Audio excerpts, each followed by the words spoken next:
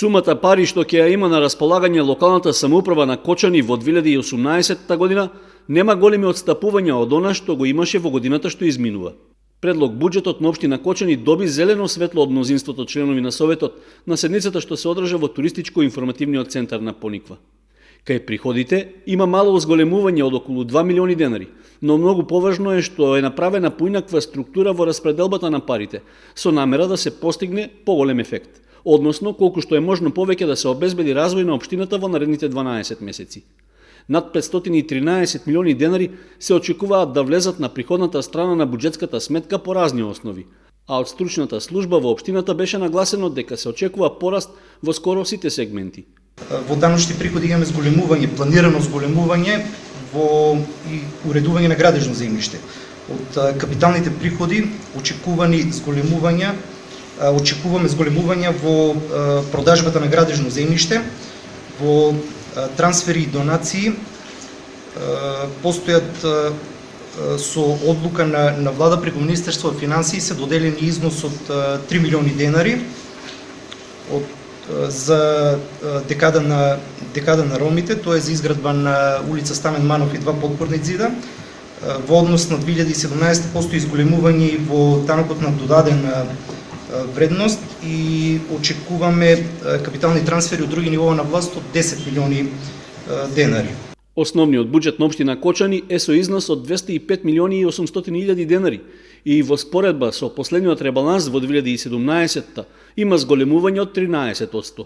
Во делот на дотации е направено зголемување за основното образование во износ од 6 милиони и 200 илјади денари, а кај средното од 7,5 милиони денари повеќе во однос на годината што изминува. Освен овие пари, Рашков рече дека има дополнително зголемување на блок дотациите во образованието. Вчера добивме допис од Министерство за финансии дека ќе има зголемување во однос на дотациите и тоа во основно образование околу 1 милион денари, во средно образование исто 1 милион денари. 1,5 милион денари. Овој износ, бидејќи материјалите беа доставени веќе до Совет на разгледување, овој износ со првиот ребаланс ќе бидат вметнати во вкупната дотација. Советниците дадоа подршка на зголемувањето на средствата што ќе ги добијат образовните установи во општината, но побараа сите пари да не се трошат само за враќање на старите долгови. Сега многу повеќе пари влегуваат во образованието, а учениците, просветарите, никој нема да почувствува бенефит, бидејќи тие пари одат за покривање на претходните долгови. Значи треба да се вратат претходните долгови, меѓутоа не сите пари што доаѓаат екстра да ги потрошиме за враќање на вересиите, туку дел од тие пари нека одат и за унапредување на условите за образованието. Немаме основни потрошни материјали таму. Хигиенските услови се слаби. Немат наставниците си плаќат за фотокопирање на тестирање и слично. Тука сакам да го потенцирам и моментот на трошење на средствата, бидејќи за овие 2-3 месеци и граѓаните и ние можевме да дојдеме до информација дека голем дел од средствата кои што биле предвидени за едни или за други намени биле нерационално трошени и со тоа е направена штета на граѓаните или е направена штета во делот на инфраструктурата, во делот на развојот, во делот на образованието и така натаму.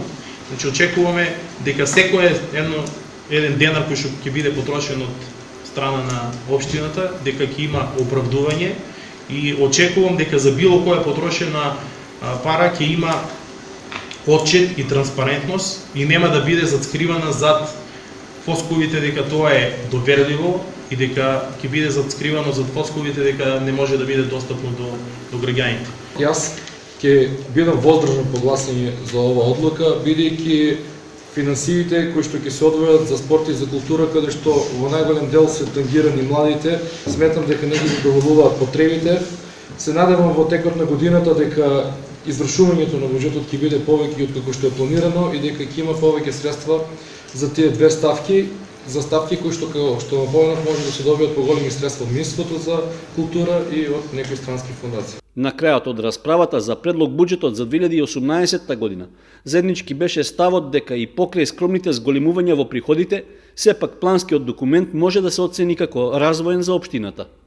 Со 18 гласа за и 1 воздржан, буџетот беше усвоен.